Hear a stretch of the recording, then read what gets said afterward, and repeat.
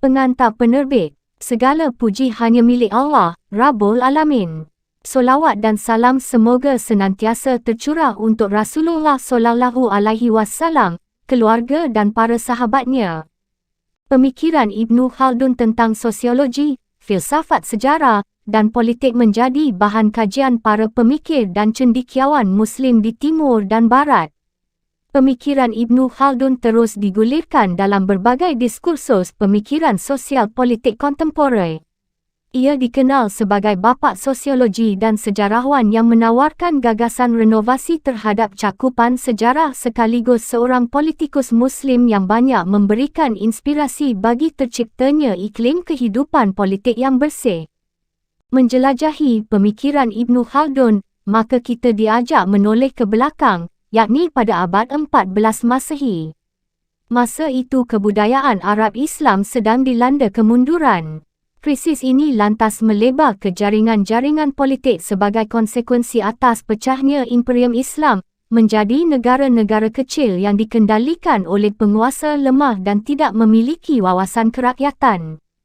Berangkat dari pengalaman dan pengamatannya yang tajam, Ibnu Khaldun merajut pikiran-pikiran kritis tentang hal-hal yang berkaitan dengan sistem kemasyarakatan dan kenegaraan berikut kritik-kritik inovatif terhadap cakupan sejarah sebagaimana tertuang dalam karya besarnya, Muqaddimah, yang merupakan pengantar dari kitab Al-Ibar yang dirampungkannya saat ia telah berusia 43 tahun.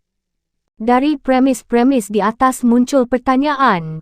Masih relevankah gagasan Ibnu Khaldun untuk dijadikan acuan dalam realitas sosial politik kontemporer? Adakah refleksi pemahaman sejarah dan konsep kekuasaan yang ditawarkan Ibnu Khaldun di negara-negara Muslim itu sendiri?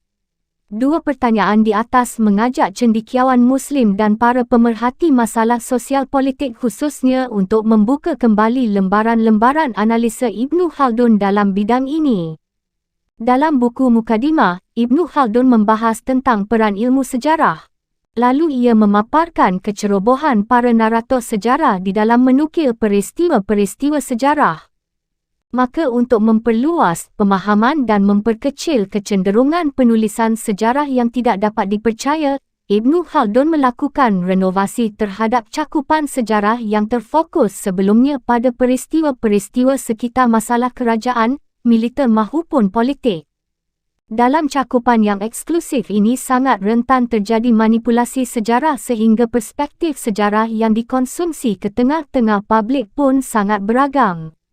Hal ini disebabkan oleh tradisi penulisannya yang kadangkala tendensius, condong kepada salah satu periode dari sebuah suksesi atau kerana kecenderungan pribadi seorang narator sejarah.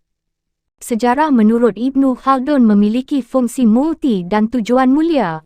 Sebab dengan sejarahlah kita mengenal kondisi bangsa-bangsa terdahulu dalam segi perilaku serta moral politik raja-raja dan penguasa. Generasi yang ingin merefleksikan perilaku dan mengambil sampel-sampel positif dari pola hidup mereka sangat memerlukan referensi dari keragaman sumber informasi peristiwa yang akurat dan reliable dapat dipercaya.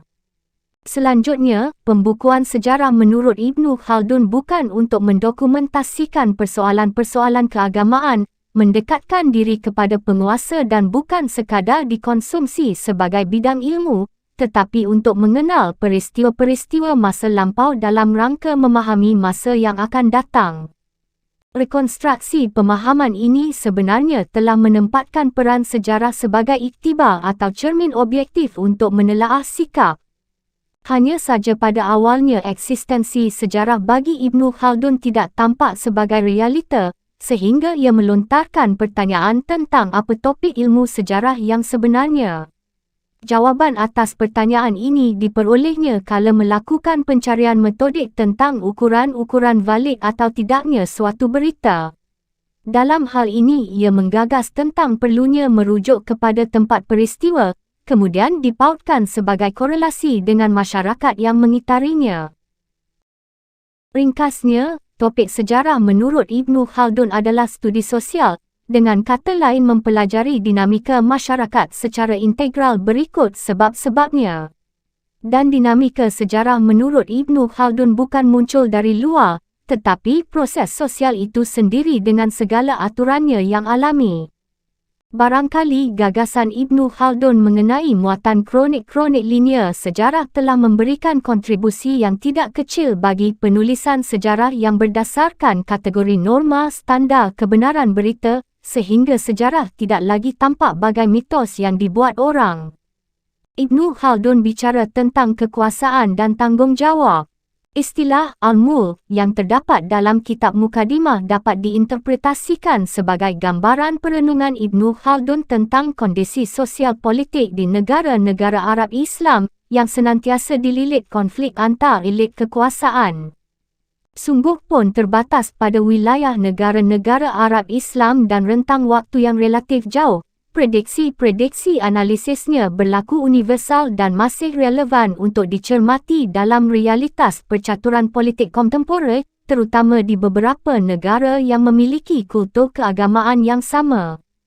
Kekuasaan menurut Ibnu Khaldun sebenarnya terbentuk melalui kemenangan suatu kelompok tertentu atas lainnya. Kekuasaan itu merupakan kedudukan menyenangkan, meliputi berbagai kesenangan materi maupun maknawi, material maupun spiritual, visible maupun invisible sehingga untuk mendapatkannya seringkali melalui kompetisi-kompetisi menggemparkan dan sedikit orang yang mahu menyerahkannya. Karena partai sebagaimana dijelaskan di atas menjadi proses awal bagi justifikasi kekuasaan, maka partai acapkali menjadi proteksi, pembela, bahkan klaim untuk segala persoalan itu. Kompetisi kekuatan antar kelompok biasanya tidak dapat dilepaskan dari sikap-sikap arogan untuk memperoleh kekuasaan tersebut, di mana pemegang kebijaksanaan dari partai atau kelompok yang berkuasa senantiasa mencari legitimasi kemenangan dari massa dengan berbagai macam manuver siasat atas nama kelompok, profesi, bahkan agama. Kekuasaan dan politik menurut Ibnu Khaldun memiliki tujuan substansial yang seharusnya diformulasikan untuk kemanusiaan, karena keduanya secara naluri berkait dengan fitrah manusia dan pola pikirnya yang condong kepada maslahat. Dalam cakupan ini kebutuhan manusia terhadap perlindungan, keamanan, kesejahteraan dan lain-lain adalah termasuk bagian tanggungjawab politik dan kekuasaan. Rumusan kekuasaan dan politik seperti yang ditawarkan Ibnu Khaldun bermuara dari pemahaman bahawa kekuasaan dan politik merupakan tanggungjawab dan amanah dari Allah dalam rangka implementasi undang-undangnya bagi segenap manusia untuk kemaslahatan. Membantu yang lemah, merangkul semua pihak, menjunjung tinggi hukum, mendengar aspirasi, mengentas para mustadhafin, berprasangka baik terhadap pemeluk agama, menghindari tindakan makar dan lain-lain, adalah cermin etika politik yang semestinya menjadi pijakan praktis dalam setiap tindakan politik. Jelasnya, konsep yang ditawarkan Ibnu Khaldun ini adalah bagaimana agar kekuasaan maupun politik itu senantiasa direfleksikan bergandengan dengan rasa kemanusiaan. Pandangan inilah yang membedakan antara Ibnu Khaldun dan Niccolo Machiavelli tahun 1469 hingga 1528 Masehi, seorang filsuf dan politikus berkebangsaan Italia yang menulis ide-ide bangunan sosial politik kenegaraan dalam bukunya The Prince. Dalam buku tersebut, Machiavelli mempropagandakan sistem baru yang liberal secara religi maupun moral, sehingga aliran Machiavelli, yakni Machiavellisme, tidak peduli apakah tindakan politik yang dijalankan itu bermuatan trik-trik, tipu daya, jujur atau tidak jujur asalkan tujuan tercapai. Peran Ashabiah. Menurut Ibnu Khaldun, suatu suku mungkin dapat membentuk dan memelihara suatu negara apabila suku itu memiliki sejumlah karakteristik sosial politik tertentu, yang oleh Ibnu Khaldun disebut dengan Ashabiah. Karakteristik ini justru berada hanya dalam kerangka kebudayaan desa. Oleh kerana itu penguasaan atas kekuasaan dan pendirian negara, sehingga munculnya kebudayaan kota akan membuat silnanya Ashabiah yang mengakibatkan melemahnya negara. Ibnu Khaldun tidak menyederhanakan persoalan hanya dengan menyatakan bahawa kekuatan Ashabiah yang akan menghasilkan kebenaran. Ia melihat Ashabiah dalam konteks nomaden, Lebih lanjut ia mengatakan Sheikh nomadis yang mempunyai asyabiah yang kuat biasanya juga seorang pemimpin yang baik. Pribadi kekuatan dan kebenaran biasanya berjalan seiring. Asyabiah yang kuat juga menunjukkan watak yang baik dan kualitas kepemimpinan yang tinggi. Kemudian Ibnu Khaldun mengklasifikasikan raja ke dalam pemimpin dan penguasa. Ternyata asyabiah tidak memperoleh tempat bila kekuasaan memegang peranan. Apabila kekuasaan mulai mengganti kepemimpinan, asyabiah setahap demi setahap kehilangan kekuatan dan akhirnya mati. Asyabiah adalah kekuatan penggerak negara dan merupakan landasan tegaknya suatu negara atau dinasti. Bila mana negara atau dinasti tersebut telah mapan, ia akan berupaya menghancurkan asyabiah. Asyabiah mempunyai peran besar dalam perluasan negara setelah sebelumnya merupakan landasan tegaknya negara tersebut. Bila asyabiah itu kuat, maka negara yang muncul akan luas. Sebaliknya, bila asyabiah lemah, maka luas negara yang muncul relatif terbatas. Masyarakat dan negara. Ikatan bermasyarakat, bernegara dan berperadaban pada umumnya sebagai sesuatu yang tumbuh dan tenggelam lepas dari soal apakah agama dalam pengertian nubuah datang atau tidak, kerana ia mengakui bahawa banyak peradaban dan negara tumbuh dan tenggelam tanpa didatangi oleh ajaran-ajaran Nabi. Bagi Ibnu Khaldun, adanya masyarakat, negara dan peradaban tidak bergantung pada adanya agama. Meski di lain pihak Ibnu Khaldun adalah seorang yang ditandai oleh ajaran-ajaran agama Islam, terutama fikih dan tafsir. Ini mempengaruhi sikapnya terhadap Tuhan, manusia dan masyarakat. Ibnu Khaldun telah membedakan antara masyarakat dan negara. Menurut pemikiran Yunani kuno bahawa negara dan masyarakat adalah identik. Adapun Khaldun, ia berpendapat bahawa berhubung dengan tabiat dan fitrah kejadiannya, manusia itu memerlukan masyarakat, artinya bahawa manusia itu memerlukan kerjasama antara sesamanya untuk dapat hidup, baik untuk memperoleh makanan maupun mempertahankan diri. Sungguh pun ada perbezaan antara negara dan masyarakat, namun antara keduanya tidak dapat dipisahkan. Negara dihubungkan dengan pemegang kekuasaan yang dalam zamannya disebut daulah, merupakan bentuk masyarakat. Sebagaimana bentuk suatu benda tidak dapat dipisahkan dari isi, maka demikian pulalah keadaannya dengan negara dan masyarakat. Masyarakat yang dimaksud adalah masyarakat yang menetap, yang telah membentuk peradaban, bukan yang masih berpindah-pindah mengembara seperti kehidupan nomaden di padang pasir. Menurut Ibnu Khaldun, kehidupan padang pasir itu belumlah disebut negara. Negara mengandung peradaban dan ini hanya mungkin tercapai dengan kehidupan menetap. Negara pun harus mengandung kekuasaan. Kehidupan menetap mendorong kemahuan untuk berkuasa dan kekuasaan inilah dasar pembezaan negara dan masyarakat. Negara menurut Ibnu Khaldun adalah suatu makhluk hidup yang lahir, maka menjadi tua dan akhirnya hancur. Negara mempunyai umur seperti makhluk hidup lainnya.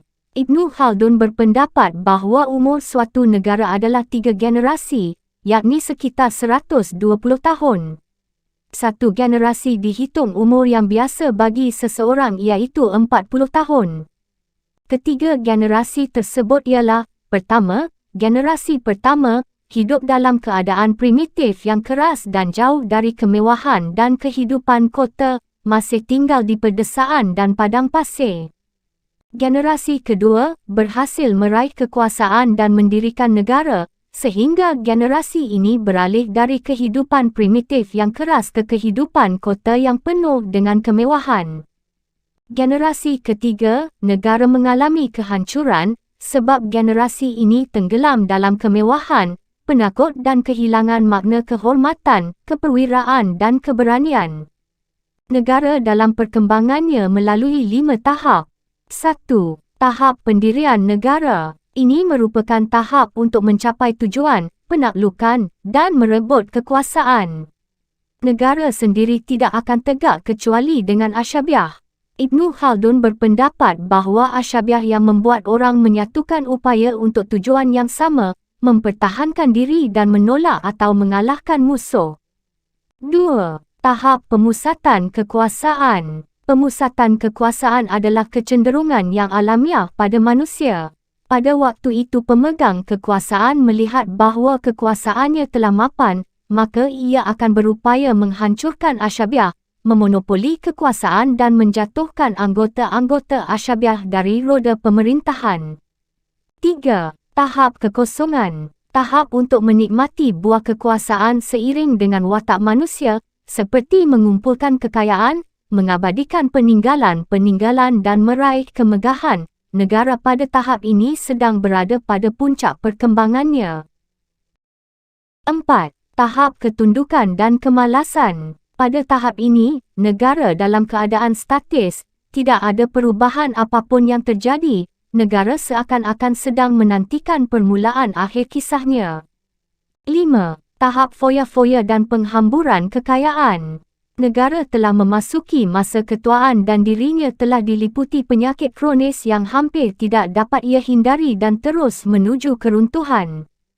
Perlu dicatat bahawa Ibnu Khaldun adalah seorang politisi yang sangat memahami dunia politik Islam pada abad ke-14. Dengan melihat keruntuhan dan kelemahan yang menimpa dunia Islam pada umumnya ketika itu, serta mengamati sendiri kemunduran kebudayaan Arab Islam di Andalusia di bawah tekanan pasukan Spanyol, tidaklah mengherankan bila mana ia berpendapat bahawa segala sesuatu akan hancur. Pemikiran Ibnu Khaldun tentang pendidikan. Di dalam kitab Mukadimah, Ibnu Khaldun tidak memberikan definisi pendidikan secara jelas. Ia hanya memberikan gambaran-gambaran secara umum, seperti dikatakan Ibnu Khaldun bahawa barang siapa tidak terdidik oleh orang tuanya, maka akan terdidik oleh zaman. Maksudnya barang siapa tidak memperoleh tata krama yang dibutuhkan sehubungan pergaulan bersama melalui orang tua mereka yang mencakup guru-guru dan para sesepuh, dan tidak mempelajari hal itu dari mereka, maka ia akan mempelajarinya dengan bantuan alam, dari peristiwa-peristiwa yang terjadi sepanjang zaman, zaman akan mengajarkannya.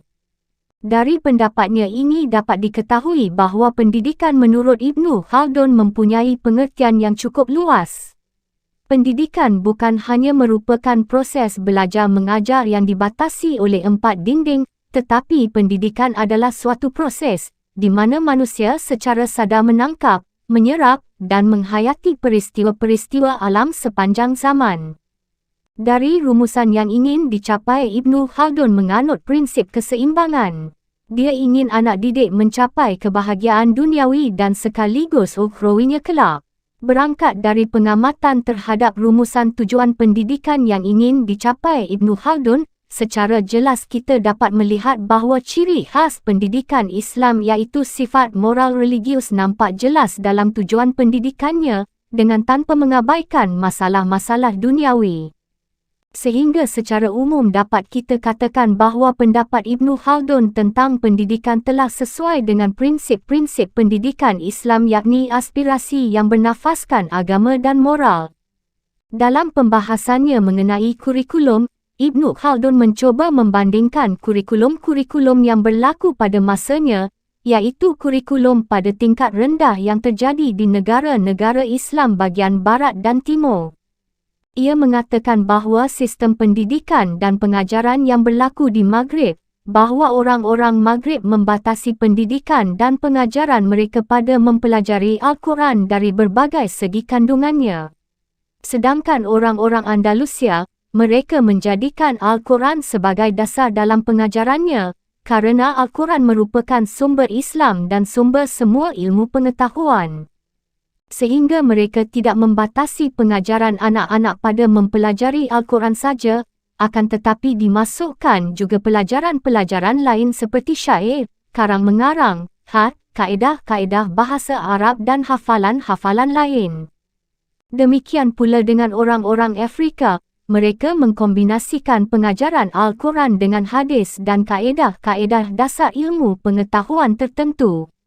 Adapun metode yang dipakai orang Timur seperti pengakuan Ibnu Khaldun, sejauh yang ia ketahui bahawa orang-orang Timur memiliki jenis kurikulum campuran antara pengajaran Al-Quran dan kaedah-kaedah dasar ilmu pengetahuan. Dalam hal ini Ibnu Khaldun menganjurkan agar pada anak-anak seyogianya terlebih dahulu diajarkan bahasa Arab sebelum ilmu-ilmu yang lain, kerana bahasa adalah merupakan kunci untuk menyingkap semua ilmu pengetahuan, sehingga menurutnya mengajarkan Al-Quran mendahului pengajarannya terhadap bahasa Arab akan mengkaburkan pemahaman anak terhadap Al-Quran itu sendiri, kerana anak akan membaca apa yang tidak dimengertinya dan hal ini menurutnya tidak ada gunanya. Adapun pandangannya mengenai materi pendidikan, kerana materi adalah merupakan salah satu komponen operasional pendidikan, maka dalam hal ini Ibnu Khaldun telah mengklasifikasikan ilmu pengetahuan yang banyak dipelajari manusia pada waktu itu menjadi dua macam, iaitu 1. Ilmu-ilmu tradisional, yakni nakliyah. Ilmu nakliyah adalah yang bersumber dari Al-Quran dan hadis yang dalam hal ini peran akal hanyalah menghubungkan cabang permasalahan dengan cabang utama, kerana informasi ilmu ini berdasarkan kepada otoritas syariat yang diambil dari Al-Quran dan hadis. Adapun yang termasuk ke dalam ilmu-ilmu nakliyah itu antara lain ilmu tafsir, ilmu qiraat, ilmu hadis, ilmu usul fikih, ilmu kalam, ilmu bahasa Arab, ilmu tasawuf, dan ilmu takbir mimpi. 2. Ilmu-ilmu filsafat atau rasional, yakni akliyah. Ilmu ini bersifat alami bagi manusia, yang diperolehnya melalui kemampuannya untuk berfikir. Ilmu ini dimiliki semua anggota masyarakat di dunia, dan sudah ada sejak mula kehidupan peradaban umat manusia di dunia. Menurut Ibnu Khaldun, ilmu-ilmu filsafat ini dibagi menjadi 4 macam ilmu, iaitu 1. Ilmu logika, 2. Ilmu fisika, 3. Ilmu metafisika, 4. Ilmu matematika. Walaupun Ibnu Khaldun banyak membicarakan tentang ilmu geografi, sejarah dan sosiologi, namun ia tidak memasukkan ilmu-ilmu tersebut ke dalam klasifikasi ilmunya. Setelah mengadakan penelitian, maka Ibnu Khaldun membagi ilmu berdasarkan kepentingannya bagi anak didik menjadi 4 macam, yang masing-masing bagian diletakkan berdasarkan kegunaan dan prioritas mempelajarinya. 4 macam pembagian itu adalah 1. Ilmu agama, yang terdiri dari tafsir, hadis, fikih dan ilmu kalam. 2. Ilmu akliyah, yang terdiri dari ilmu kalam dan ilmu ketuhanan. 3. Ilmu alat yang membantu mempelajari ilmu agama, yang terdiri dari ilmu bahasa Arab, ilmu hitung dan ilmu-ilmu lain yang membantu mempelajari agama.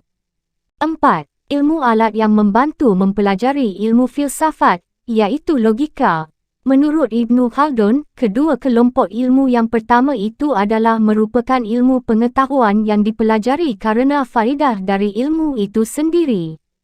Sedangkan kedua ilmu pengetahuan yang terakhir, iaitu ilmu alat, adalah merupakan alat untuk mempelajari ilmu pengetahuan golongan pertama. Setelah keluar dari penjara, dimulailah period ketiga kehidupan Ibnu Khaldun, iaitu berkonsentrasi pada bidang penelitian dan penulisan. Ia pun melengkapi dan merevisi catatan-catatannya yang telah lama dibuatnya.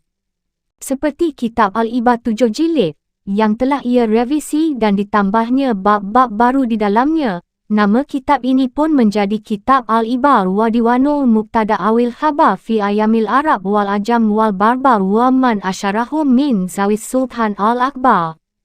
Kitab Al-Ibar ini pernah diterjemahkan dan diterbitkan oleh The Slain pada tahun 1863 dengan judul Les Prolegomena de Ibnu Khaldun.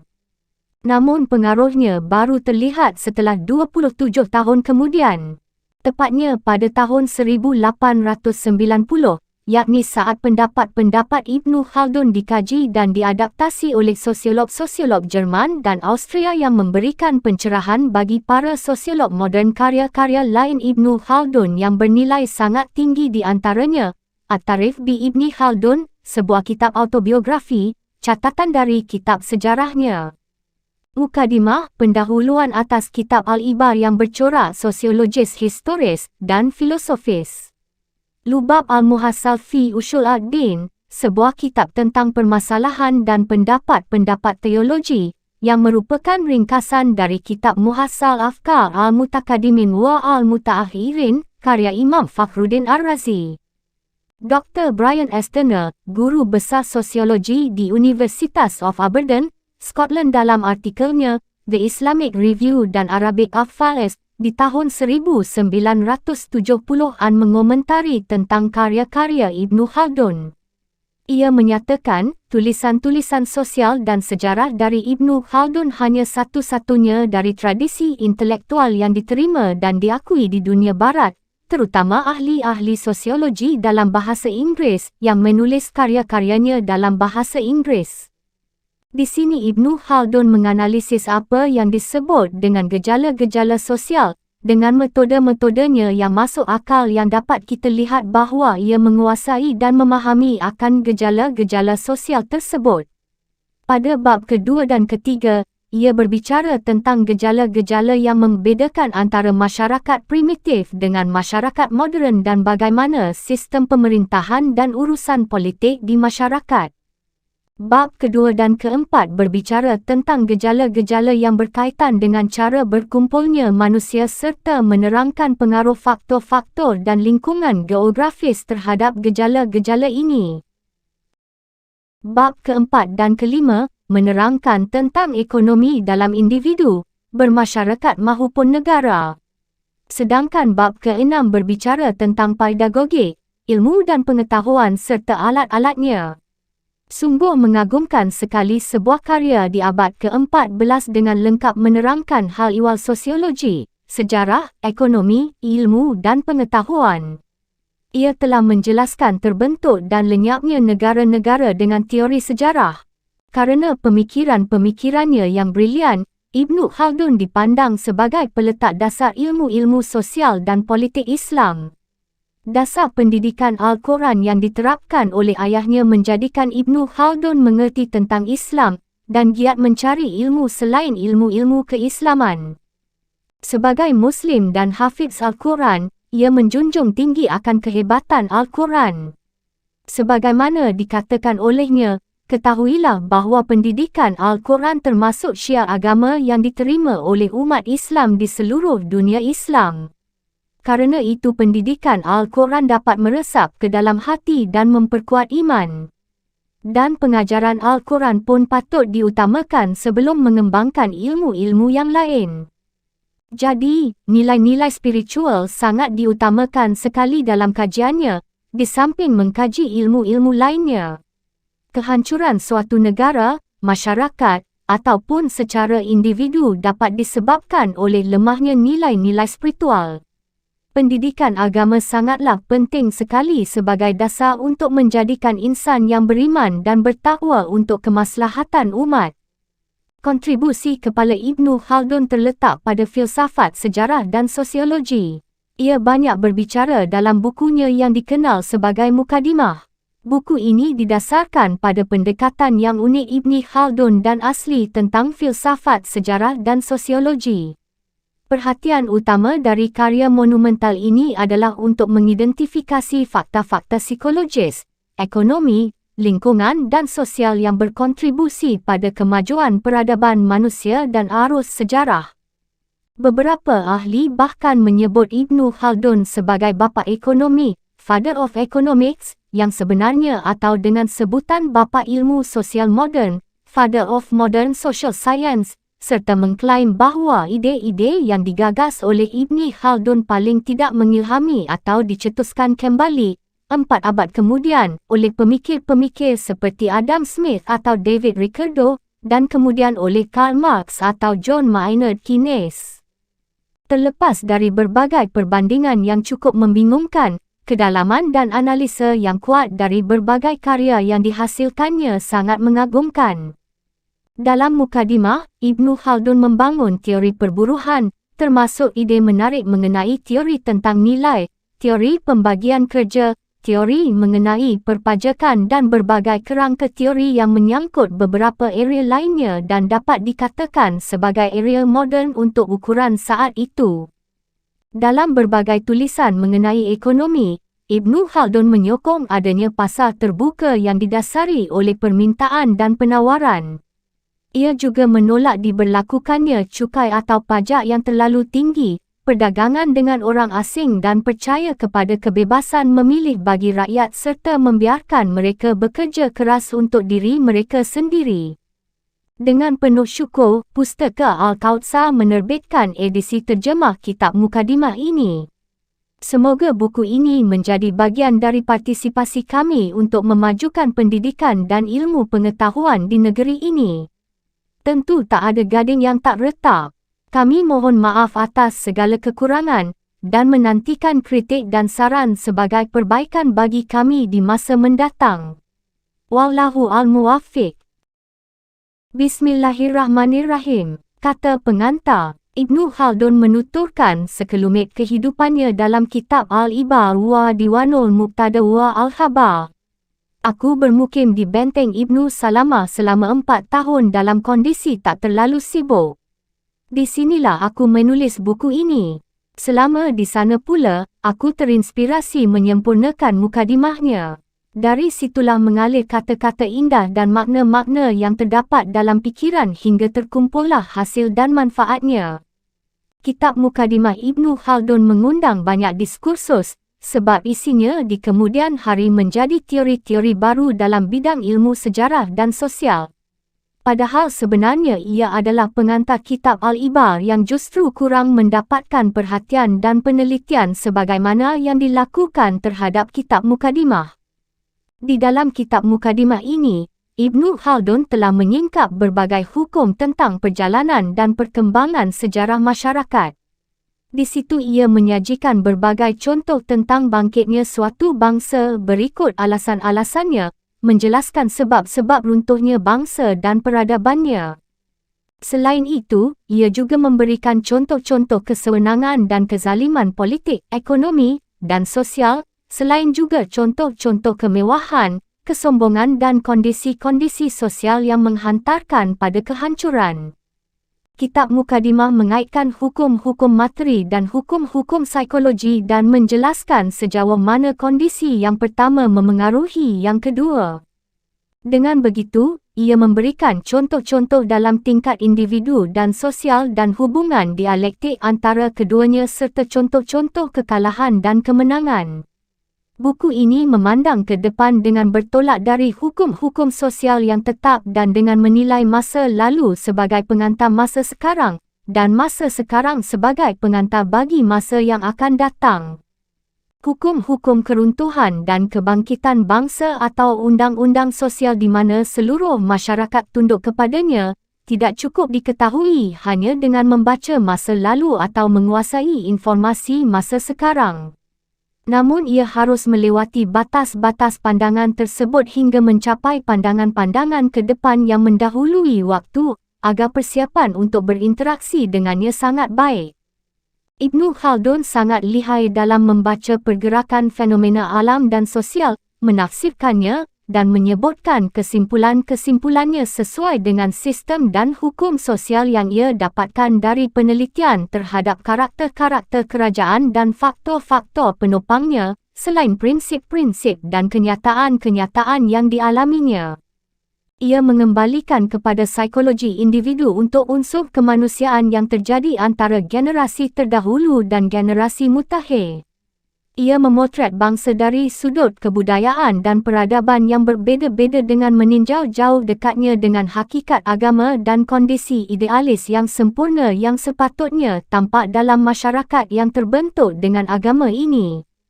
Menurut Ibnu Khaldun, urusan politik, pembangunan, keahlian dan ilmu pengetahuan mempunyai keterkaitan erat dengan agama. Abdurrahman bin Khaldun, tahun 732 hingga 808 Hijriah atau tahun 1332 hingga 1406 Masehi, hidup dalam kondisi politik dan kesukuan yang rumit. Masa itu, ia berpindah-pindah antara Maroko, Andalusia, kini bernama Spanyol, dan Mesir tempat ia wafat. Ia adalah sosok agung yang muncul ketika dunia Islam terpecah belah menjadi negeri-negeri kecil. Pasca keruntuhan Daulah Al-Muwahhidin di Maroko dan Andalusia pada pertengahan abad ke-7 Hijriah, Kaum Muslimin terkepung di Granada dan Lembah Ash yang kala itu dikuasai oleh Kerajaan Bani Nasr di Granada tahun 630 hingga 890 Hijriah. Sezaman dengan itu, Kerajaan Kesatuan Maroko runtuh dan terpecah-pecah menjadi kerajaan-kerajaan kecil. Seperti Kerajaan Bani Marwan yang menguasai Maroko bagian barat secara resmi tahun 733 Hijriah.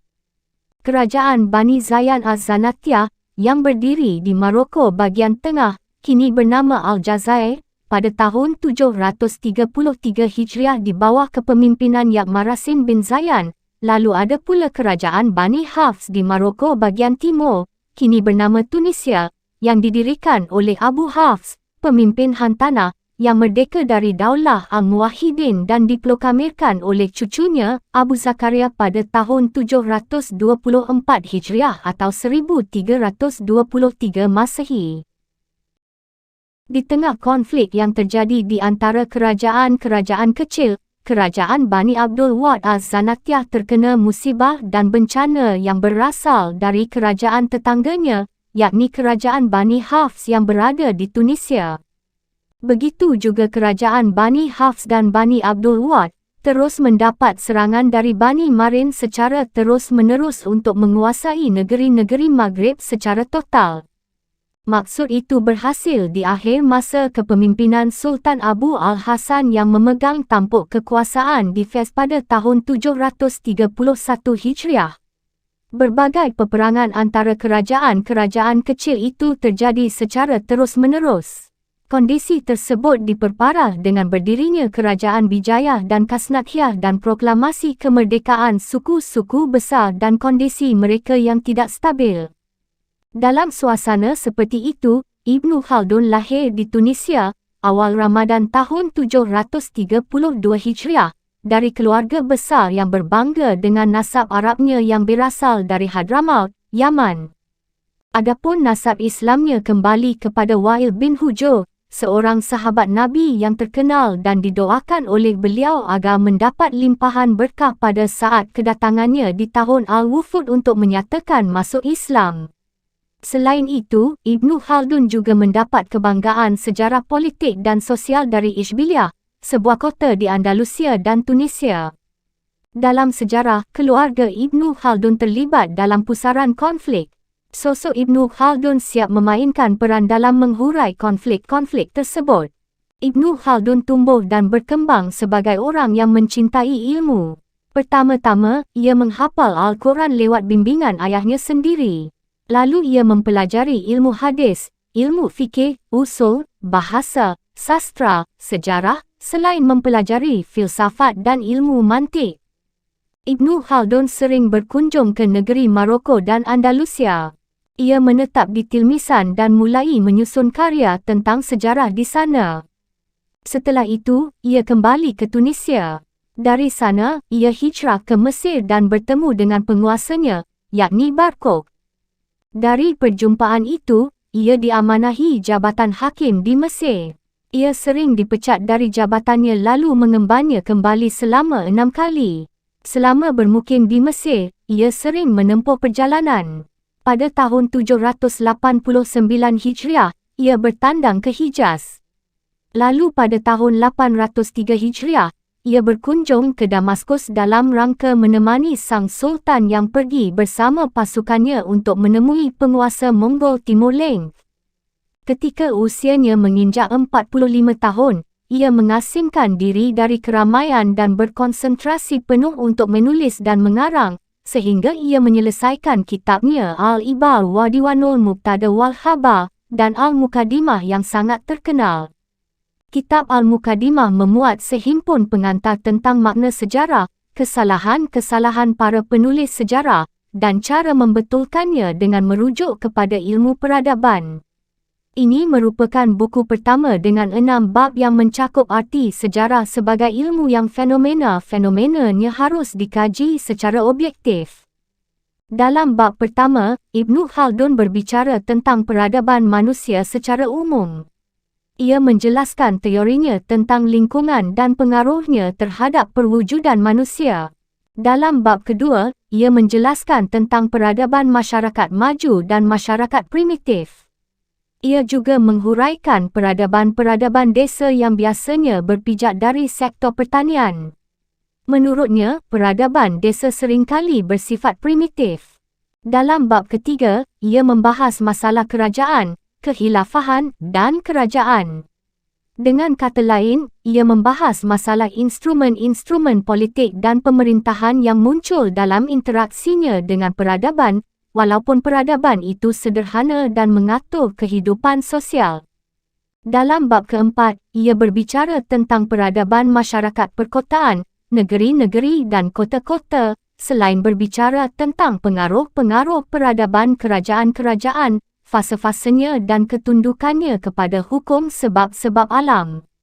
Dalam bab kelima, Ibnu Khaldun menjelaskan keterkaitan antara kondisi-kondisi peradaban dengan berbagai macam mata pencaharian masyarakat. Dan dalam bab keenam, ia membicarakan hubungan keadaan-keadaan peradaban secara umum dengan ilmu pengetahuan, cara-cara pengajarannya dan mempelajarinya. Dalam bab ini, Ibnu Khaldun menghubungkan antara ilmu dan pengajaran peradaban manusia dengan menjadikan ilmu pengetahuan sebagai salah satu penyangga peradaban. Ibnu Khaldun menyusun teorinya tentang peradaban manusia dan masyarakat sosial berdasarkan ilmu sejarah setelah membersihkannya dari informasi-informasi yang keliru dan peristiwa-peristiwa palsu. Hal ini berangkat dari suatu pandangan bahawa hakikat sejarah itu adalah informasi tentang kondisi masyarakat sosial yang mengisi peradaban dunia serta perkembangan-perkembangan baru dari peradaban tersebut. Dalam penyuntingan kami atas buku Mukadimah Ibnu Khaldun ini, kami merujuk kepada cetakan-cetakan lama, lalu memberikan penjelasan dan komentar dan membetulkan kesalahan-kesalahan yang banyak dimuat oleh cetakan-cetakan tersebut. Selain itu, kami melakukan tahrij terhadap ayat-ayat suci Al-Quran dan hadis-hadis Nabi. Dalam cetakan ini, kami tambahkan indeks ayat-ayat Al-Quran, hadis-hadis Nabi, kitab-kitab yang disebutkan, dan contoh-contoh syair. Kami telah mengerahkan tenaga sesuai dengan kemampuan kami untuk menyunting kitab ini agar layak dan sesuai dengan kebesaran nama pengarangnya. Sesungguhnya Allah di belakang setiap tujuan dan cukuplah Dia bagi kami dan Dia adalah sebaik-baik penolong. Dr. Muhammad Al-Iskandarani. Bismillahirrahmanirrahim. Pendahuluan. Seorang hamba yang sangat membutuhkan rahmat Allah yang Maha Kaya, Abdur bin Khaldun, semoga Allah memberikannya taufik, mengatakan, segala puji bagi Allah. Segala kemuliaan dan kebesaran hanyalah miliknya. Segala kekuasaan dan kerajaan di tangannya. Dia memiliki sifat-sifat dan nama-nama yang indah. Dia Maha mengetahui, maka tidak sama baginya apa yang ditampakkan oleh pembicaraan dan apa yang tersimpan dalam diam. Dia Maha Kuasa, maka tidak ada sesuatu apapun di langit dan di bumi yang mampu melemahkannya. Dia telah menciptakan kita dari tanah, menjadikan kita sebagai pemakmur bumi dalam berbagai generasi dan bangsa, dan memudahkan rezeki-rezeki kita darinya.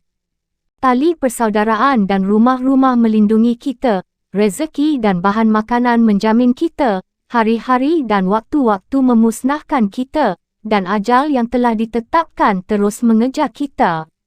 Dialah yang kekal, yang hidup dan yang tidak akan mati.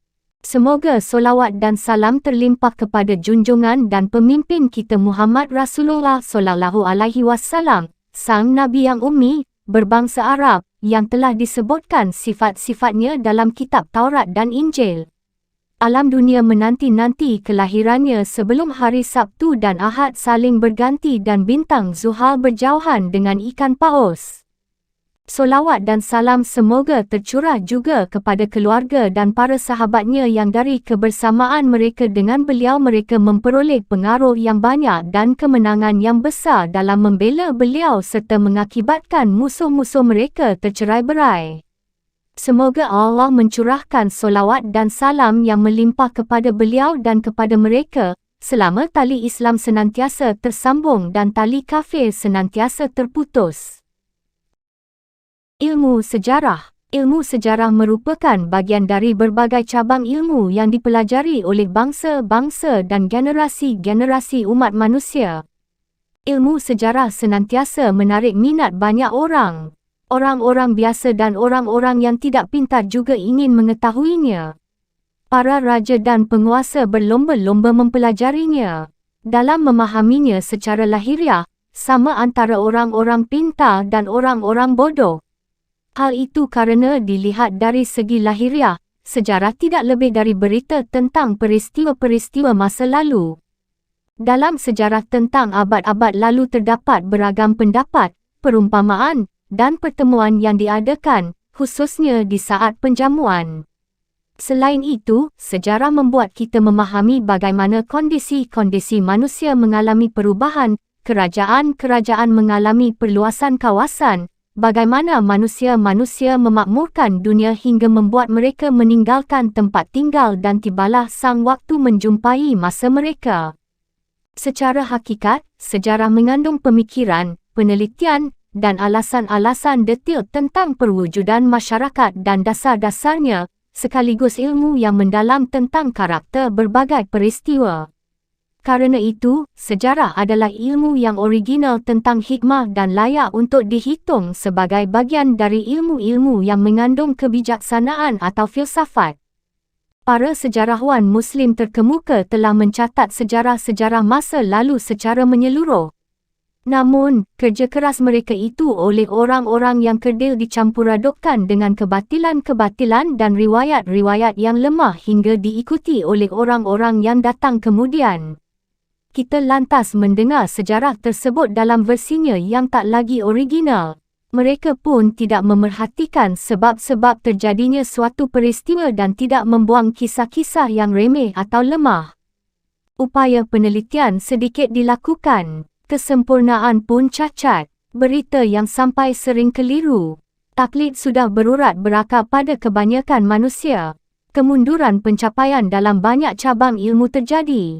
Kebodohan telah menjadi wabah sekaligus bencana kemanusiaan. Padahal kekuasaan kebenaran tak dapat dilawan, syaitan kebatilan dihanguskan oleh meteor-meteor pemikiran. Orang yang menukil hanya bersifat mendikti dan menyampaikan. Namun akal pikiran akan menembus kebenaran ketika terhalang. Ilmu akan membersihkan lembaran-lembaran hati guna menampung kebenaran tersebut. Mazhab-mazhab atau aliran penulisan sejarah. Banyak orang yang telah melakukan penulisan sejarah. Mereka mencatat sejarah umat manusia dan bangsa-bangsa dunia. Namun orang-orang terkenal yang memiliki kecakapan yang diakui dan menulis sejarah masa lalu secara komprehensif sangat sedikit, bahkan bisa dihitung dengan jari. Di antaranya adalah Ibnu Ishaq, At-Tabari, Ibnu Al-Kalbi, Muhammad bin Umar Al-Waqidi, Saif bin Umar Al-Asadi, dan lainnya yang sudah terkenal dan memiliki keistimewaan tersendiri. Sayangnya, dalam buku-buku Al-Masudi dan Al-Waqidi terdapat cacat sebagaimana telah diketahui para pakar sejarah yang terpercaya dan terkenal di kalangan para penghafal ilmu yang terpercaya. Walau demikian, seluruh ahli sejarah menerima catatan sejarah mereka secara khusus dan mengikuti jejak-jejak mereka dalam menyusun karya tulis. Seorang kritikus sejarah yang benar-benar ahli memiliki kemampuan untuk menyingkap kepalsuan berita-berita mereka atau memberikan penilaian bahawa mereka adalah orang yang layak diterima. Peradaban itu memiliki karakter-karakter tersendiri yang dapat dijadikan tolok ukur sejarah sekaligus menjadi rujukan riwayat dan atsar. Kebanyakan metodologi sejarah yang ditulis masih bersifat umum kerana keumuman dua imperium pada masa awal Islam di samping cakupannya yang terlalu jauh. Sehingga bercampur antara hal-hal penting maupun yang tidak penting. Salah satu ulama yang menulis sejarah yang meliputi sejarah bangsa-bangsa pra-Islam, seperti Al-Masudi dan para pengekornya. Setelah itu muncul para penulis yang menulis sejarah dalam batasan waktu tertentu sehingga ia hanya mencatat peristiwa-peristiwa yang terjadi pada masanya maupun tentang kotanya sendiri. Hal ini pernah dilakukan oleh Abu Hayyan, penulis sejarah tentang Andalusia dan Daulah Umayyah di sana. sebagaimana dilakukan oleh Ibnu Ar-Rafiq, penulis sejarah Afrika dan kerajaan-kerajaan di kawasan Kairouan. Sayangnya, para penulis-penulis sejarah yang datang setelah mereka hanya menempuh cara-cara taklid, miskin karakter dan akalnya, selain berfikiran jumud. Ia hanya mengikuti pola-pola penulisan sejarah yang sudah ada dan lalai terhadap perubahan-perubahan masa dan tradisi-tradisinya dari generasi ke generasi, dari bangsa ke bangsa lain. Ia hanya mencatat berita tentang kerajaan-kerajaan dan peristiwa-peristiwa pada masa awal, tak ubahnya gambar-gambar yang tak punya bahan, atau seumpama pedang-pedang lebar yang terlepas dari sarungnya. Mereka hanya memuat himpunan informasi yang tak berguna kerana tak jelas ujung pangkalnya. Yang mereka catat hanyalah peristiwa-peristiwa yang tidak jelas usulnya, ataupun bagian-bagian yang tak dapat ditarik kesimpulan umumnya, serta tak dapat diklasifikasi secara sistematis. Mereka hanya mengulang tema-tema sejarah-sejarah yang sudah menjadi pengetahuan umum kerana mereka bertaklid buta terhadap orang-orang dahulu. Mereka tak meniru karakter generasi-generasi hebat sebelumnya, sehingga tentang hal ini masih dibutuhkan penjelasan. Sangat disayangkan, buku-buku yang mereka tulis tak juga bisa menjelaskan mengapa mereka bersikap demikian.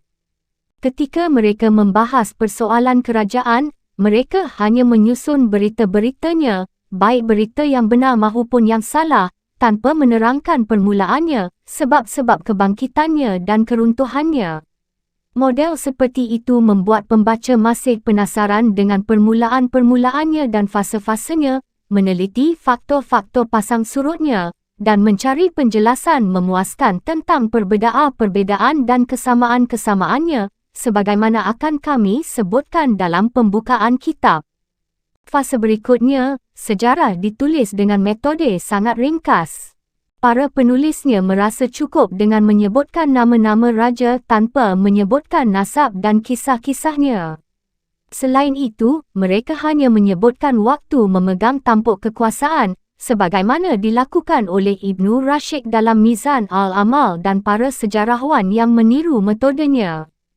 Mereka tidak perlu dianggap sebagai penulis sejarah, kerana mereka telah menghilangkan yang bermanfaat dan menodai mazhab-mazhab yang terkenal di kalangan para sejarawan.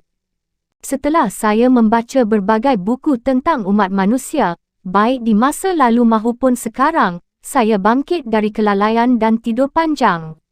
Saya mulai bergelut dalam bidang tulis-menulis. Saya menyusun kitab tentang sejarah yang menyingkap tabir kondisi generasi-generasi yang sedang tumbuh dan memuat bab-bab secara khusus tentang berbagai macam peristiwa dan pelajaran. Dalam kitab ini, saya menjelaskan tentang sebab-sebab berdirinya suatu kerajaan dan peradaban dengan mendasarkan pada sejarah bangsa yang telah membangun Maghribi, Maroko pada masa itu dan memakmurkan kota-kotanya. Selain itu aku mencatat kerajaan-kerajaan mereka, baik yang lama maupun yang pendek umurnya serta para raja dan pendukung mereka yang terdahulu dari kalangan bangsa Arab dan Barbar.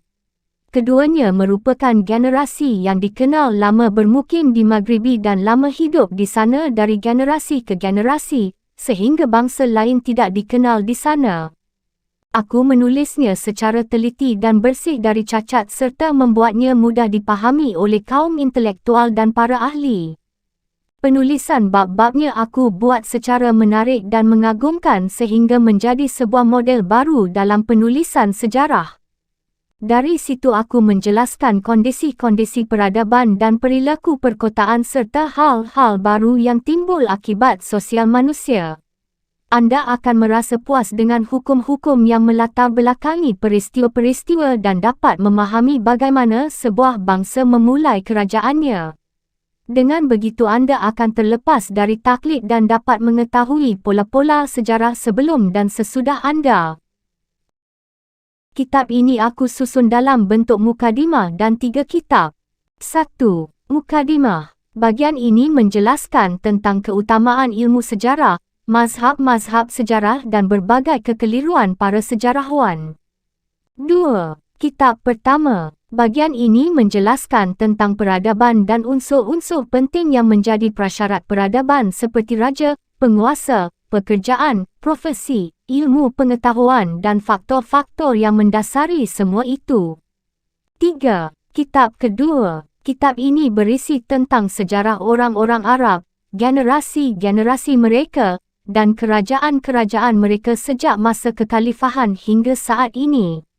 Selain itu, buku ini juga memuat sejarah tentang sebahagian bangsa-bangsa terkenal seperti Nabath, Saryania, Persia, Bani Israel, Kipti, bangsa Mesir, Yunani, Romawi, dan Eropah.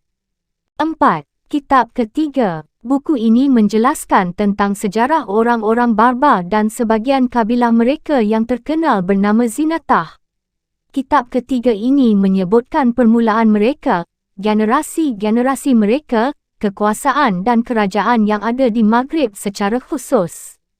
Kemudian perjalanan dilanjutkan ke timur untuk meraih cahaya-cahayanya, melaksanakan fardhu dan sunnah di tempat tawaf dan tempat ziarahnya, meneliti jejak-jejaknya dalam catatan-catatan dan buku-bukunya. Maka aku memperoleh tambahan informasi berupa sejarah raja-raja bangsa Ajam, non-Arab, di negeri-negeri timur tersebut dan bangsa Turki serta kawasan yang mereka kuasai. Informasi-informasi tambahan tersebut aku masukkan ke dalam apa yang telah aku tulis sebelumnya dengan mempertimbangkan kesamaan masa dengan bangsa-bangsa yang telah aku tulis itu. Namun, masalah ini aku susun secara ringkas tanpa menghilangkan maksud-maksud yang dituju para pembaca dan masuk melalui faktor-faktor sejarah secara umum lalu menukik pada informasi khusus. Dengan demikian apa yang aku tulis mencakup sejarah manusia secara keseluruhan, memudahkan hikmah-hikmah yang sulit dipahami, memberikan alasan-alasan atau sebab-sebab yang melatar belakangi sejarah suatu bangsa. Dengan begitu, kitab yang telah aku tulis ini menjadi penjaga hikmah sekaligus wadah sejarah. Kerana kitab tersebut memuat sejarah bangsa Arab dan Barbar dari kalangan masyarakat perkotaan mahupun yang pedesaan atau primitif, serta sejarah bangsa besar lainnya. Menjelaskan fase-fasenya dari awal hingga akhir dengan menarik kesimpulan dan pelajaran, maka aku menamakannya Kitab Al-Ibar wa Diwan Al-Mubtada, wa al-Khabar fi Ayam al-Arab, wa al-Ajam wa al-Barbar, wa man asyarahum min Zawi as-Sultan al-Akbar. Dalam buku tersebut aku mencatat permulaan generasi-generasi dan kerajaan-kerajaan. Bangsa-bangsa awal yang berada pada satu masa, sebab-sebab tindakan dan perubahan dalam masa-masa lalu dan agama-agama, dan apa yang menjadi prasyarat peradaban berupa kerajaan, agama kota, cara berpakaian, kebanggaan, kehinaan, jumlah yang banyak dan jumlah yang sedikit, ilmu dan keahlian, kondisi yang berubah-ubah secara umum, perkotaan, pedesaan, peristiwa yang sudah terjadi dan yang sedang dinanti kejadiannya. Aku telah menulis semua itu, menjelaskan bukti-bukti dan alasan-alasannya, sehingga kitab ini memuat ilmu-ilmu yang ajaib, jarang diketahui orang, dan hikmah-hikmah yang selama ini tertutup, padahal sebenarnya berada dekat dengan kita. Namun demikian, aku yakin bahawa kitab ini tetap ada kekurangannya. Aku mengaku lemah untuk mencapai kesempurnaan. Karenanya, aku sangat mengharapkan pihak-pihak yang memiliki pengalaman dan pengetahuan luas untuk menelaahnya secara kritis, bukan dengan pandangan yang menerima begitu saja, lalu dengan senang hati mahu melakukan perbaikan dan koreksi. Sesungguhnya bekal setiap ahli ilmu sedikit. Kemahuan untuk mengakui kekurangan dan kritikan adalah keselamatan. Sedang kebaikan dari teman-teman adalah sesuatu yang diharapkan. Hanya kepada Allah aku meminta agar menjadikan amal-amal kami murni untuknya. Cukuplah Dia bagiku dan Dialah sebaik-baik penolong. Setelah aku selesai melakukan perbaikan-perbaikan di dalamnya, menerangkan lenteranya bagi orang-orang yang ingin mencari penerangan, menjelaskan metode ilmiahnya di antara ilmu-ilmu yang lain, meluaskan jangkauan pengetahuannya, menetapkan batasan-batasannya, maka aku menyumbangkannya ke tempat penyimpanan Tuan kami, Sultan yang memiliki sifat-sifat mulia, Amirul Mukminin Abu Faris Abdul Aziz bin Sultan Abu Salim Ibrahim bin Sultan Amirul Mukminin Abu Al-Hasan bin As-Sadah Al-Alam dari Raja-Raja Murain yang telah melakukan pembaruan tajdid agama, menempuh jalan orang-orang yang mendapat petunjuk, menghapus jejak-jejak para pemberontak yang suka melakukan kerusakan. Semoga Allah meneduhkan umat dengan naungan kitab ini dan menyampaikan cita-citanya untuk memperjuangkan dakwah Islam. Aku mengirim kitab ini ke tempat penyimpanan mereka yang diwakafkan untuk para pencari ilmu di Masjid Jami' Qurawiyyin di kota Fes yang menjadi pusat kekuasaan mereka, sekaligus tempat bersemainya petunjuk, sekaligus taman pengetahuan, lapangan rahsia-rahsia Tuhan, dan tempat kepemimpinan Farisiah keluarga Abu Faris yang mulia, insya-Allah. Tempat penyimpanan atau perpustakaan tersebut membuat kitabku mendapat perhatian, membuatnya mendapat sambutan luas dari para pembaca. Dari situ tampaklah bukti-bukti dan saksi-saksi atas kedalaman dan kekuatan kitabku ini. Memang perpustakaan itu laksana pasar yang memasarkan barang-barang dagangan para penulis. Di situlah kendaraan para pencari ilmu dan etika ditambatkan. Dari wawasan-wawasan yang ditawarkan di situ, muncullah hasil-hasil akal dan pikiran yang cemerlang. Semoga Allah mengilhami kita untuk bersyukur atas kenikmatan darinya, memberikan banyak bagian kepada kita dari belas kasih-Nya, menolong kita untuk memenuhi hak-hak-Nya, menjadikan kita termasuk orang-orang yang berpacu di medan-Nya, dan melimpahkan penjagaan dan kehormatan kepada Islam dan penduduk kotanya. Hanya kepada Allah kita meminta untuk menjadikan amal-amal kita murni kerana wajah-Nya, bersih dari kotoran-kotoran lalai dan syubhat. Dialah pencukup kita dan Dia sebaik-baik penolong. Mukadimah, keutamaan ilmu sejarah, ragam mazhabnya dan berbagai kekeliruan para sejarawan berikut sebab-sebabnya. Ketahuilah, ilmu sejarah merupakan ilmu yang mulia mazhabnya, besar manfaatnya, dan bertujuan agung. Ilmu sejarah menyebabkan kita dapat mengetahui perilaku dan akhlak umat-umat terdahulu, jejak-jejak para nabi, para raja dengan kerajaan dan politik mereka sehingga dapat dijadikan pelajaran oleh orang-orang yang mengambil pelajaran, baik dalam urusan dunia maupun urusan agama. Ilmu sejarah membutuhkan banyak rujukan, bermacam-macam pengetahuan, dan penalaran sekaligus ketelitian yang mengantarkan kepada kebenaran serta menyelamatkan dari kesalahan-kesalahan. Hal itu kerana sejarah, jika hanya didasarkan pada penukilan tanpa menilik kepada prinsip-prinsip adat, kaedah-kaedah politik, tabiat peradaban, kondisi-kondisi sosial masyarakat, serta yang gaib, lalu tidak dianalogikan kepada yang dapat disaksikan. Masa kini hadir tidak dianalogikan dengan masa lalu, maka sejarah seperti itu tidak aman dari kekeliruan dan penyimpangan dari kebenaran. Seringkali para sejarawan, mufassir, ahli tafsir, dan para ulama riwayat keliru dalam menulis riwayat dan mengisahkan peristiwa-peristiwa. Sebab mereka hanya menukil begitu saja, tanpa memilah mana yang benar dan yang tidak menilainya dengan kaedah-kaedah, tidak menganalogikannya dengan peristiwa-peristiwa yang serupa, tidak menimbangnya dengan timbangan hikmah, karakter alam, dan tidak menggunakan nalar dan wawasan yang tajam. Akibatnya mereka menyimpang dari jalan yang benar dan tersesat di padang sahara pemahaman yang keliru. Apalagi dalam menghitung jumlah kekayaan dan pasukan ketika mengulas tentang sebuah peristiwa atau sejarah. Topik seperti ini rentan menjadi sasaran kedustaan. Dalam kondisi seperti ini, harus dikembalikan lagi kepada prinsip-prinsip dan kaedah-kaedah yang dapat dijadikan patokan. Contoh tentang hal ini adalah apa yang telah dinukil oleh Al-Masudi dan para penulis sejarah lainnya tentang pasukan Bani Israel. Al-Masudi menyebutkan bahawa Nabi Musa menghitung jumlah mereka detik setelah memperbolehkan orang yang mampu berperang harus yang sudah berumur 20 tahun atau lebih.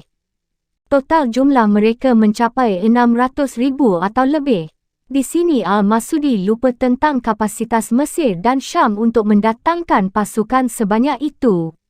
Sebab, setiap kerajaan memiliki kawasan cukup untuk jumlah pasukan tertentu agar dapat melaksanakan tugasnya dengan baik sebagaimana didukung oleh kebiasaan dan fakta-fakta yang sudah dikenal.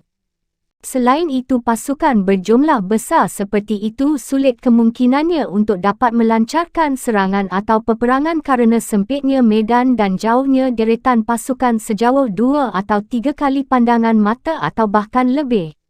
Bagaimana mungkin dua pasukan sebesar itu dapat berperang atau terwujud kemenangan dari salah satu pihak, sementara kedua sisi pasukan tidak saling mengetahui? Fakta kini membuktikan hal itu. Fakta yang terjadi di masa lampau lebih menyerupai fakta yang akan datang daripada kemiripan air dengan air. Raja Persia dan kekuasaannya lebih besar daripada Raja Bani Israel dan kekuasaannya. Buktinya, kemenangan dan penguasaan Bakhtanasar terhadap mereka dan penghancuran Baitul Maqdis yang merupakan pusat kekuasaan mereka. Padahal Bakhtanasar hanyalah salah satu dari para gubernur kerajaan Persia. Dikatakan, ia adalah pemimpin yang ditugaskan untuk menjaga perbatasan kawasan barat. Kekuasaan Persia meliputi Iraq, Khurasan, dan kawasan Ma-Wara-an-Nahr, yakni daerah di belakang sungai. Pintu-pintu mereka jauh lebih lebar daripada pintu-pintu kekuasaan Bani Israel. Walaupun demikian, pasukan Persia tidak mencapai jumlah pasukan Bani Israel tersebut, sebagaimana disebutkan Al-Masudi ataupun mendekatinya. Jumlah pasukan Persia terbesar di Qadisiyah adalah 120,000. Semuanya adalah pasukan inti sebagaimana dinukil oleh Saif. Jika digabung dengan pasukan tambahan, jumlah mereka mencapai lebih dari 200,000. Ashar dan Az-Zuhri meriwayatkan, pasukan Rustum yang melawan pasukan Sa'ad di Qadisiyah berjumlah 60,000 yang semuanya merupakan pasukan inti. Ditambah lagi, seandainya pasukan Bani Israel jumlahnya sebagaimana yang dikatakan Al-Masudi, tentulah wilayah kekuasaan mereka meluas. Sebab, wilayah kerajaan harus sebanding dengan pasukan penjaga dan penduduk yang ada di dalamnya, sebagaimana akan kami jelaskan dalam pasal tentang kerajaan dalam kitab pertama. Sementara itu, wilayah kerajaan Bani Israel tidak lebih dari Yordania dan Palestina di negeri Syam atau Yatsrib dan Aiba di negeri Hijaz sebagaimana sudah dikenal. Selain itu, jarak waktu antara Musa dan Israel adalah 4 keturunan atau generasi sebagaimana telah disebutkan oleh para peneliti. Rinciannya, Musa bin Imran bin Yashur, bin Kahat bin Lawi bin Yakub atau Israel. Demikian nasabnya sebagaimana disebutkan dalam Taurat. Masa antara keduanya adalah sebagaimana dinukil oleh Al-Masudi. Ia mengatakan Israel masuk ke Mesir bersama anak-anak dan cucu-cucunya. Jumlahnya mereka ketika datang menjumpai Yusuf adalah 70 orang. Masa mereka bermukim hingga keluar dari Mesir bersama Musa menuju ke Tih adalah 120 tahun seiring dengan silih bergantinya penguasa Mesir. Sangat jauh dari kemungkinan jika Bani Israel dalam 4 generasi berkembang hingga jumlahnya mencapai sebesar itu. Jika mereka mengatakan bahawa jumlah pasukan Israel melonjak pesat hingga mencapai angka tersebut di atas pada zaman Sulaiman dan sesudahnya, juga jauh dari kemungkinan. Sebab, antara Israel dan Sulaiman hanyalah 11 keturunan, yakni Sulaiman bin Dawud bin Isha bin Ufidza, ada yang mengatakan Ibnu Ufidza, Ibnu Ba'azah, Boaz bin Salamun bin Nahshun bin Aminudzaba, ada yang mengatakan Haminadzaba bin Ramli bin Hashun, ada yang mengatakan Hasrun bin Barasa, ada yang mengatakan Bayras bin Yahudza bin Yakub. Dalam masa 11 keturunan tidak mungkin berkembang hingga mencapai jumlah seperti yang mereka sangka, kecuali angka ratusan dan ribuan. Lebih dari itu, jauh dari kemungkinan. Analogikanlah hal itu dengan fakta yang ada sekarang dan yang dekat kepada kita, maka anda akan lihat perkataan dan dugaan mereka itu batil dan penukilan mereka itu merupakan dusta belaka. Sebagaimana disebutkan dalam Israiliyat bahawa pasukan Israel berjumlah 12,000 orang, sementara pasukan elitnya berjumlah 1,400 orang yang masing-masing memiliki kuda yang selalu bersiaga di pintu. Itulah yang benar dari sejarah mereka. Karena itu, tidak perlu diperhatikan pemahaman urafat kalangan awam tentang masalah ini. Inilah masa keemasan kekuasaan Sulaiman. Kami sering menemukan orang-orang yang ketika berbicara panjang lebar tentang pasukan suatu kerajaan pada masa mereka atau berdekatan masanya, berbicara tentang pasukan kaum muslimin atau Nasrani, atau melakukan penghitungan kekayaan kerajaan dari hasil pajak dan sejenisnya, ataupun kekayaan orang-orang yang hidupnya bermewah-mewahan atau kekayaan orang-orang yang kaya raya, maka mereka bersikap berlebih-lebihan dalam menyebutkan jumlah, melampaui batas wajar dan suka bertindak nyeleneh. Jika anda mempelajari catatan resmi kerajaan tentang pasukan mereka, dan anda mampu menarik kesimpulan tentang kondisi orang-orang kaya tentang harta, penghasilan, dan belanja mereka, maka anda tentu tak akan menemukan 1/10 dari yang mereka sebutkan. Hal itu disebabkan karena jiwa yang menyukai hal-hal aneh, mudah diucapkan lisan, dan para kritikus yang lalai sehingga ia tidak mengintrospeksi diri sendiri secara sadar atau tidak. Ia tidak bersikap moderat dan adil, tidak melakukan analisa dan penelitian terhadapnya. Akibatnya, ia lepas kontrol sehingga lidahnya pun tersesat dalam taman kedustaan. Ia menjadikan ayat-ayat Allah sebagai hinaan, dan menukar pembicaraan yang tak berharga untuk menyesatkan manusia dari jalan Allah. Cukuplah hal itu sebagai kerugian yang amat besar. Salah satu bentuk kisah palsu adalah apa yang dinukil oleh mayoritas sejarawan tentang At-Tababiyah, yakni Raja-Raja Yaman dan Jazirah Arab, bahawa mereka berangkat dari Yaman untuk menyerang Afrika dan kaum Barbar di kawasan Maghrib Afrika Barat. Mereka menyebutkan bahawa Afriqzi bin Qais bin Syaifi adalah raja besar, yang di masa Musa atau masa sebelumnya melancarkan agresi terhadap Afrika dan melumpuhkan bangsa Barbar. Raja inilah yang menamakan mereka dengan Barbar. Hal ini terjadi ketika ia mendengar mereka berbicara tanpa dapat ia pahami, sehingga ia berkata, apakah Barbar ini? Maka dari sinilah nama Barbar diambil hingga menjadi sebutan baku bagi mereka. Ketika Afriqzi bin Qais hengkang dari Maghribi, ia meninggalkan beberapa kabilah Himyar di sana sehingga kabilah-kabilah tersebut bermukim di sana dan berasimilasi dengan penduduk setempat. Di antara mereka terdapat kabilah Shanhajah dan Kitamah. Dari sini, para sejarawan seperti Al-Tabari, Al-Jurjani, Al-Masudi, Al-Kalbi, dan Al-Bili berpendapat bahawa Shanhajah dan Kitamah berasal dari Himyar. Namun pendapat ini dibantah oleh para pakar bangsa Barbar. Bantahan inilah yang benar. Al-Masudi menyebutkan bahawa Zal-Idza adalah salah satu raja mereka sebelum Afriqzi yang hidup pada masa Sulaiman melancarkan serangan terhadap bangsa Maghrib dan membinasakannya. Ia juga menyebutkan hal seperti itu dari Yasir putra Zal-Idza setelahnya dan bahawa ia mencapai Wadi Aram, iaitu lembah pasir, di negeri Yaman. Namun, di sana ia tidak menemukan jalan karena banyaknya debu sehingga akhirnya ia kembali. Begitu juga mereka menceritakan Raja Tubak yang terakhir, yakni Asad Abu Kirab pada masa Yastasif Raja Persia Al-Kianiyah. Raja tersebut menguasai Mosul dan Azerbaijan. Ia juga pernah berhadapan dengan pasukan Turki dan mampu mengalahkan mereka. Kemudian ia menyerang mereka untuk kedua dan ketiga kali dan tetap menang seperti semula. Tak hanya itu, ia juga memerintahkan anak-anaknya untuk menyerang wilayah kekuasaan Persia, wilayah Syagat yang termasuk dalam bagian Turki, dan wilayah Romawi. Anaknya yang pertama berhasil menyebarkan wilayah hingga mencapai Samarkand, kemudian berlanjut ke China.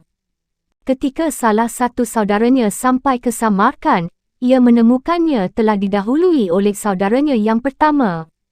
Akhirnya, keduanya kembali dengan harta rampasan perang yang melimpah dan meninggalkan negeri China. Di negeri China mereka meninggalkan beberapa kabilah Himyar yang bermukim di sana hingga sekarang. Adapun anak yang ketiga berhasil menaklukkan Konstantinopel, lalu meneruskan serangan hingga negeri Romawi, kemudian pulang ke negerinya. Kisah-kisah tersebut jauh dari kebenaran. Kesalahannya sangat fatal dan lebih mirip dengan cerita-cerita palsu. Alasannya, kekuasaan raja-raja Tubak hanya di sekitar di Jazirah Arab dan pusat pemerintahan mereka pun berada di kota Sana'a, Yaman. Seperti diketahui, Jazirah Arab diliputi oleh 3 laut dari 3 arah. Dari arah selatan terdapat Laut Hindia, di sebelah timur ada Teluk Persia yang menjorok hingga ke Basrah, dan di sebelah barat ada Laut Merah yang memanjang hingga ke terusan Suez yang masuk kawasan Mesir. Jarak perjalanan antara Laut Merah hingga Laut Syam, yakni Laut Tengah bagian timur, adalah 2 marhalah, iaitu ukuran perjalanan atau sebanding dengan 90-an kilometer atau kurang. Maka sangat tidak mungkin jika kawasan tersebut dilewati oleh seorang raja besar dengan pasukan yang besar pula, tanpa terjadi penaklukan. Secara kebiasaan, hal ini tak mungkin terjadi. Apalagi kawasan-kawasan tersebut telah dikuasai Amalikah, iaitu para penguasa sisa kaum Ad di Syam, Kanaan di Syam, dan penguasa Kipti di Mesir. Kemudian Amalikah menguasai Mesir sedangkan Bani Israel menguasai Syam. Tidak pernah ada riwayat yang menyebutkan bahawa raja-raja Tubak melakukan peperangan dengan salah satu dari mereka, dan tidak pernah ada riwayat bahawa mereka pernah menguasai salah satu dari kawasan tersebut.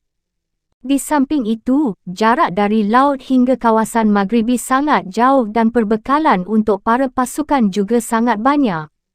Jika mereka melewati wilayah selain wilayah kekuasaan mereka, maka mereka perlu melakukan penjarahan pertanian, binatang ternak, dan kekayaan negeri yang mereka lewati.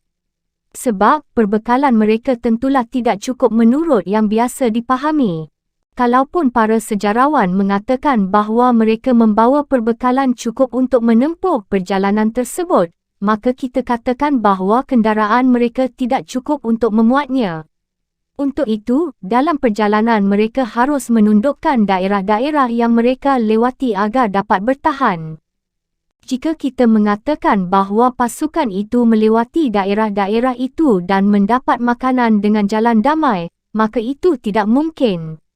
Semua penjelasan ini menunjukkan bahawa kisah-kisah yang telah ditulis para sejarawan di atas adalah lemah atau palsu. Adapun Wadi Aram yang dikatakan dapat melemahkan orang yang melewatinya, ternyata tak pernah ada berita kabar yang menyebutkannya berada di Maghribi. Padahal banyak orang yang melaluinya, mengisahkan jalan-jalan dan kota-kotanya pada setiap zaman dan tempat. Mereka yang menceritakan Wadi Ar-Ramli dilatari oleh kegemaran pada hal-hal yang nyeleneh. Tentang serangan mereka terhadap negeri-negeri di kawasan timur dan Turki, walaupun jalan untuk ke sana lebih mudah daripada ke barat melalui Suez, namun jarak untuk tiba ke sana sangat jauh. Di sisi lain, pasukan Persia dan pasukan Romawi pasti akan menghalangi mereka untuk sampai ke Turki. Tak pernah ada riwayat yang menyebutkan bahawa mereka menguasai negeri-negeri yang berada di bawah kekuasaan Persia atau Romawi. Yang terjadi adalah mereka hanya memerangi Persia di perbatasan Iraq, negeri antara Bahrain dan Hira, dan kawasan di antara sungai Dajlah dan Euphrat. Hal itu terjadi antara Zil Idza dan Kikawas dari Kiania Persia, dan antara Tubak yang paling kecil Abu Karib dan Yastasif Raja Persia. Mereka menyebutkan, raja-raja Tubak tersebut juga berperang melawan raja-raja dari kelompok-kelompok setelah Kiania dan Sasania setelah berhasil melewati negeri Persia lalu menuju negeri Turki dan Tibet. Serangan mereka terhadap Persia dan Turki jauh dari kemungkinan terjadi menurut pertimbangan kebiasaan. Sebab sudah tentu mereka mendapat perlawanan dari kedua bangsa tersebut, selain kebutuhan mereka akan perbekalan. Selain jarak yang sangat jauh sebagaimana telah dijelaskan di awal, maka kisah-kisah seperti itu dapat dikatakan palsu. Kalaupun jalur periwayatannya sahih, namun ditilik dari faktanya tidak masuk akal. Apalagi ternyata kisah tersebut tidak diriwayatkan melalui jalur periwayatan yang sahih. Perkataan Ibnu Ishaq tentang sejarah Yatsrib, Aus, dan Azraj bahawa Raja Tubak yang terakhir pernah menempuh perjalanan ke negeri-negeri timur ditafsirkan dengan ke negeri Iraq dan Persia. Adapun ke negeri Turki dan Tibet, maka hal itu tidak mungkin terjadi kerana alasan yang telah kami sebutkan tadi. Karena itu, janganlah anda percaya begitu saja terhadap berita-berita yang sampai kepada anda. Telitilah berita-berita tersebut dan nilailah dengan kaedah-kaedah yang benar, agar anda dapat memberikan penilaian tepat dengan cara yang paling baik. Hanya Allah yang Maha memberi petunjuk kepada kebenaran.